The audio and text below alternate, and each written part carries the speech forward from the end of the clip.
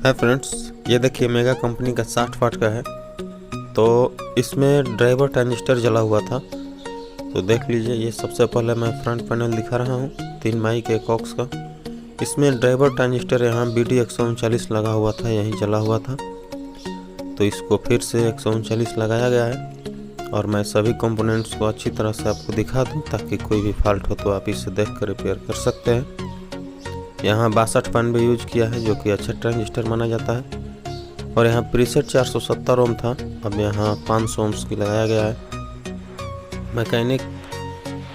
किसी मैकेनिक ने यहाँ बार बार इस प्रीसेट को घुमा घुमा कर इतना लूज कर दिया था कि वो नहीं काम कर रहा था और आवाज़ फट रही थी।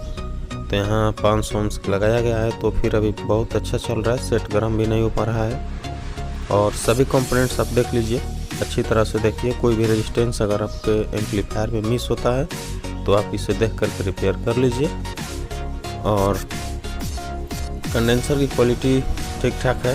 आप हो सके तो अगर आवाज़ जब फट रहा हो तो कंडेंसर की थोड़ी माइक्रोफैराड आप बढ़ा सकते हैं अपने एम्पलीफायर में, जैसे कि यहाँ दिया गया है। सब छोटे कंडेंसर ठीक ठाक है और बड़े कंडेंसर भी ठीक है, तो अभी कंडेंसर बढ़ाने की कोई आवश्यकता नहीं।